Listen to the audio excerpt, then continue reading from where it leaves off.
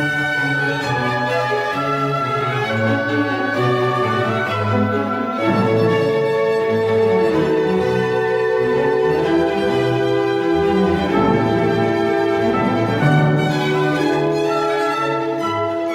and welcome to Coffee at Square Feet.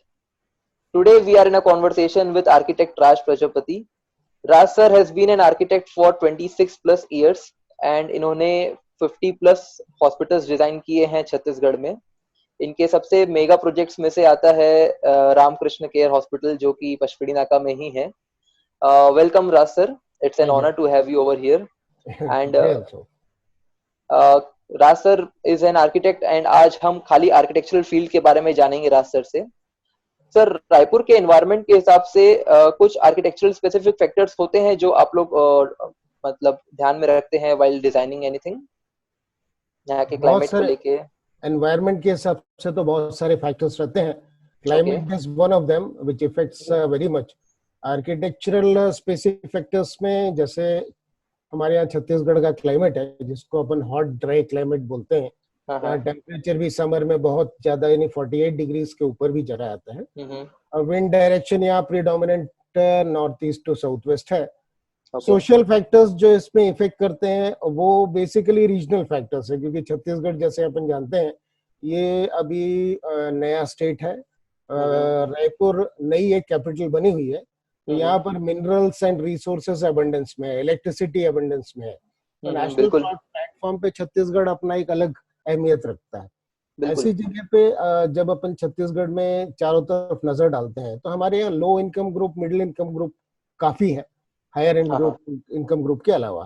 तो उनसे related कई सारे ऐसे कंस्ट्रक्शन सामने आते हैं जिसमें हम लोगों को हेलो हाँ जी जिसमें हम लोगों को उन फैक्टर्स को ध्यान में रखना पड़ता है जिसमें एक कॉस्ट एनालिसिस भी बहुत बड़ा फैक्टर है.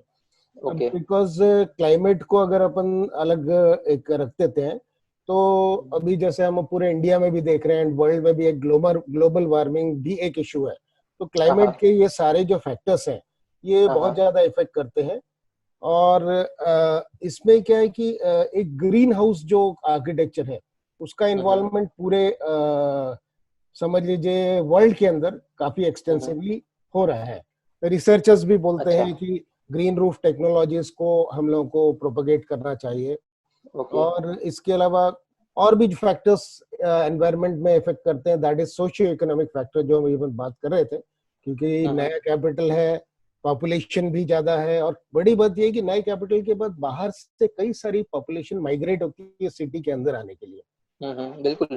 तो ऐसे समय में क्या होता है कि जो कंस्ट्रक्शंस है उसमें हाई राइज इंपॉर्टेंट हो जाता है. जैसे हम देखते हैं रायपुर भी पहले 20 साल पहले अगर हमने देखा होगा तो ये हॉरिजॉन्टली काफी एक्सपैंड होता है. लेकिन अब जरूरत क्या होगी, अब जरूरत होगी वर्टिकल एक्सपेंशंस की. डेफिनेटली सही बोल रहे हैं. हाई राइज बढ़ाए, डेंसिटी को बढ़ाए, एग्रीकल्चर जो लैंड्स हैं वो कम जो हो रही हैं उसको किसी जगह पे रोके. ये सारी चीज भी एक कुछ है जो फैक्टर्स जो इफेक्ट करते हैं construction architecture. Okay. And sir, इसमें आप बात कर रहे थे ग्रीन हाउस आर्किटेक्चर की, तो वो क्या होता है और उसको आप कैसे एग्जैक्टली यूज करते हैं अगर सम अप करना चाहें तो? देखिए, कोई भी कंस्ट्रक्शन जो रहता है उसमें क्लाइमेट एक बहुत बड़ा फैक्टर है. जब बड़े फैक्टर की बात करते हैं, क्लाइमेट की बात करते हैं, तो किसी भी एक बिल्डिंग को बनाने के लिए सनलाइट और एयर मूवमेंट ये दो चीज बहुत एक्सटेंसिवली अपना रोल प्ले करते हैं, जिसको आजकल के लोगों की भाषा में हम वास्तुशास्त्र भी कहते हैं. ऐसी जगह में क्या होता है, जो नॉर्थ ईस्ट साइड का एरिया है वो थोड़ा सा ज्यादा रखना. Orientation of building should always be in that relation. अलावा इसके सनलाइट जो है वो साउथ साइड में थोड़ा कम ओपनिंग्स देते हैं. नॉर्थ और ईस्ट साइड में ओपनिंग्स हम बढ़ा लेते हैं. बीच में कुछ एनवेलप्स ऐसे डेवलप करते हैं जिससे हॉट एयर राइज करे, ऑटोमेटिकली बिल्डिंग कूल हो.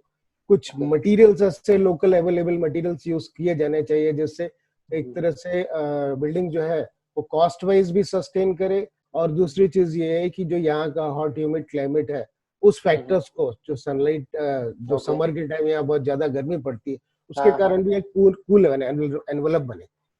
इस तरह की कुछ टेक्नोलॉजीज हम ग्रीन आर्किटेक्चर में यूज कर सकते हैं. डेफिनेटली. तो ये तो काफी एक इंफॉर्मेटिव आपका एक्सपीरियंस रहा है। जी। एंड मूविंग ऑन सर, एक प्रॉपर आर्किटेक्ट से ड्राइंग बनवाने में क्या कुछ फायदे होते हैं इंस्टेड अगर आदमी को अपना खुद से ही स्टार्ट कर ले काम करवाना? जनरली हम देखते हैं कि लोग कभी कभी खुद से ही स्टार्ट कर लेते हैं, कुछ छोटा कंस्ट्रक्शन है तो हाँ, इसके क्या फायदे हैं over drawing made by architect? देखिए almost all the bigger projects are being done by architects nowadays. ये प्रैक्टिस तो वैसे आ रही है, लेकिन हाँ, ओके। जरूरी नहीं है। काफी सारे ऐसे प्रोजेक्ट्स होते हैं जहां पर लोगों की ये धारणा रहती है कि हाँ। हम उन प्रोजेक्ट्स को खुद ही डिजाइन कर लें। उनकी सोच ये रहती है कि हमारा शायद कॉस्ट बचेगा बिल्कुल। और हम अपने हिसाब से बनाएंगे, लेकिन हम्म। एट द एंड होता ये है कि जो वो बनाना चाहते हैं वो उस तरह से बना हम्म। नहीं पाते। पूरा बनने के बाद क्या होता है, बिल्डिंग को जिस तरह से उन्होंने सोचा रहता है, room sizes, adequate movement of spaces, वो नहीं बन पाता। तो ये जो धारणा है कि आर्किटेक्ट के बजाय अगर खुद से निर्माण करते हैं तो बिल्डिंग की कॉस्ट बचेगी, ये बिल्कुल ही एक गलत धारणा है। हालांकि आज अच्छा। ज्यादा से ज्यादा लोग अपने निर्माण में आर्किटेक्ट्स को ही चुन लेते हैं। हम्म। हाँ, बिल्डिंग कंस्ट्रक्शन की जो कॉस्ट है वो आर्किटेक्ट्स के द्वारा निर्माण अगर किया जाए तो कम आती है, ओके। क्योंकि आर्किटेक्ट जो है वह क्लाइंट को हर समय उसके अनुसार उसको ये डायरेक्ट करते हुए किस जगह कौन सा मटेरियल सूटेबल है उसको यूज करना है, कहाँ पैसा लगाया जाना उचित है और कहाँ बचा सकते हैं, ये सारी हाँ चीज हाँ। आर्किटेक्ट ही बता सकता है। बिल्कुल। अलावा इसके जो इस तरह की चीजें जब क्लाइंट खुद करता है तो वो इसको समझ नहीं पाता, और ऐसी मतलब दशा में होता क्या है। जी। वो 2 पैसा बचाने के चक्कर में 5 रुपए एक्स्ट्रा दे के ही जाएगा, हाँ, आई थिंक। ऐसी जगह में क्या होता है, वो एक्सपेरिमेंट करता है और अल्टीमेटली वो कॉस्ट बढ़ती है। अच्छा बिल्कुल। कंस्ट्रक्शन, जैसे अपन बोले बढ़िया कंस्ट्रक्शन, वो अपनी जरूरत, बहुत अच्छे कंस्ट्रक्शन या अपनी जरूरत के अनुसार जो कंस्ट्रक्शन है, सुविधाजनक कंस्ट्रक्शन है, इसका मतलब ये कदापि नहीं होता है कि वो महंगा होगा। Architects okay. के साथ ये मुमकिन है, और हम्म। ये जो कंस्ट्रक्शन आर्किटेक्ट के साथ होते हैं ये हमेशा ही किफायती होते हैं। Okay. And sir, in general इस फील्ड में सुना जाता है कुछ एफएआर के बारे में। ये एफएआर क्या होता है, इसके बारे में हमारे व्यूअर्स को अगर आप कुछ समझा सकें। ये दो टर्म्स हैं, एक एफएआर बोलते हैं, एफएआर के अलावा एक दूसरा वर्ड है वो है FSI. Basically okay. FAR floor area ratio होता है। Okay. Floor area ratio is, इसको दूसरे वर्ड्स में हम लोग बुकिश लैंग्वेज में फ्लोर स्पेस इंडेक्स भी बोलते हैं। Okay. The ratio of total floor area of all floors okay. With the size of peace of land is floor area ratio. जो रेगुलेशंस ओके। रहती है सिटी प्लानिंग की, वो building to land ratio जो रहता है, इसका मतलब ये होता है कि आपके जितने भी फ्लोर हैं, सभी फ्लोर, उनको मिलाकर जो टोटल कंस्ट्रक्शन एरिया आता है और जो आपके प्लॉट का एरिया है, इनका जो अनुपात होता है वो फ्लोर अच्छा। एरिया रेशियो कहलाता है। ठीक है। मतलब किसी क्षेत्र की पॉपुलेशन के समझ लीजिए के अनुसार उसके टाउन एंड कंट्री प्लानिंग के कुछ नियम है, उन अच्छा। नियम के तहत और मास्टर प्लान में उसके अनुसार एफएआर निर्धारित किया जाता है। जहां अच्छा। पॉपुलेशन ज्यादा है, डेंसिटी ज्यादा है, वहां एफएआर ज्यादा दिया जाता है, जिससे बिल्डिंग अच्छा। 1 2 3 4 फ्लोर की बनती है। अच्छा। और जहां पर पॉपुलेशन कम है या डेंसिटी कम है, हम्म। ऐसी जगह पे जब अपन बातचीत करते हो तो एफएआर वहाँ 1 1.25 1.5 तक दिया जाता है। समझ अच्छा। लीजिए एक प्लॉट का एरिया हमारा अगर 1000 स्क्वायर फीट है और एफएआर उस जगह का निर्धारित 1.5 है, तो हम 1500 स्क्वायर फीट तक ग्राउंड फर्स्ट मिला के कंस्ट्रक्शन कर सकते हैं। हालांकि ओके। इसमें कुछ और भी नियम है जो मास्टर प्लान के तहत town and country planning decide करता है एफएआर अच्छा। के अलावा, जिसको हम बोलते ओके। हैं एक बिल्टअप एरिया। हाँ टोटल बिल्कुल। प्लॉट एरिया में हम कितना बिल्टअप कर सकते हैं, यानी हाँ जिस हाँ। जगह पे 50% या 60% बिल्टअप अलाउड रहता है, तो 1000 स्क्वायर फीट में हम 600 स्क्वायर फीट यानी 60% ही कंस्ट्रक्शन कर सकते हैं। इसको बिल्टअप एरिया बोलते हैं। अच्छा। अगर उस जगह पे मान लीजिए कि 1.5 एफएआर दिया हुआ है, हम्म। तो ग्राउंड में अगर हमने 600 स्क्वायर फीट कंस्ट्रक्शन कर लिया है, फर्स्ट में भी 600 कर लिया है, तो हम सेकेंड फ्लोर में 300 स्क्वायर फीट यानी टोटल 1500 स्क्वायर फीट, इस तरह से 3 फ्लोर का कंस्ट्रक्शन कर सकते ओके ओके ओके। हैं। एक टर्म इसमें और आता है जिसको हम बोलते हैं एमओएस। ओके। बिल्डिंग के, आपने देखा होगा किसी भी बिल्डिंग में सामने से कुछ जगह छुट्टी रहती है, बाजू से कुछ जगह छुट्टी रहती है। ये बेसिकली ऑफसेट्स है, मिनिमम ऑफसेट्स है जो ओके। गाइडलाइंस के मुताबिक छोड़ने रहते हैं, और उसका निर्धारण जो है प्लॉट एरिया के हिसाब से रहता है। तो इस तरह से ये कुछ ओके। टर्म्स है बिल्ट अप एरिया, एमओएस, और जो आपने पूछा एक FAR, floor area. FAR. Okay okay. And sir अभी रायपुर में मैक्सिमम FAR क्या चल रहा है, अगर देखिए पर्टिकुलर बात करें? इसमें भी दो टर्म्स है, एक नॉर्मल बिल्डिंग और एक हाई राइज बिल्डिंग है जिसकी स्पेशल परमिशन हमको लेनी पड़ती है। अभी अगर देखेंगे तो जो हमारे हाईली डेंसिटी वाले एरियाज हैं, लाइक गोल बाजार वाला जो एरिया है, यानी सदर बाजार वाला जो एरिया है, यहाँ पर सेंट्रल पार्ट ऑफ रायपुर, जी जी, यहाँ पर एफआईआर 2.5 तक अलाउड है।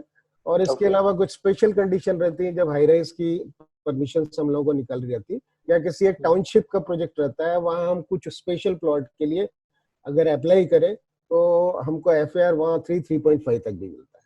अच्छा, ठीक है सर, ये एक काफी नई चीज हमको पता चली है, FAR, MOS एंड ऑल, ये सारी चीजें।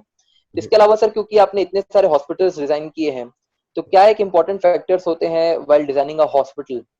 बिकॉज इसकी जो डिजाइनिंग होती है, ये आई बिलीव एक कोई भी घर से या कोई भी कमर्शियल प्रॉपर्टी से कुछ अलग ही होती होगी। देखिए करण, बेसिकली हर बिल्डिंग की डिजाइनिंग में दो फैक्टर्स रहते हैं। एक रहता है फॉर्म फॉलोज फंक्शन, और एक होता है function follows form. When you talk about hospital, designing of a hospital, यहाँ पर फंक्शन बहुत इंपॉर्टेंट रहता है। किसी भी हॉस्पिटल को डिजाइन करने के लिए उसको हम लोग दो तीन फैक्टर्स में डिवाइड करते हैं। एक वो होता है जिसको हम लोग बोलते हैं आउट पेशेंट डिपार्टमेंट, ओपीडी, यहाँ जहाँ जहाँ पेशेंट्स अपने रिलेटिव के साथ आता है, चेक कराता है, ट्रीटमेंट लेता है, वापस चला जाता है। एक जो होता है उसको ट्रीटमेंट लेने के टाइम पे डायग्नोसिस सेक्शन आता है।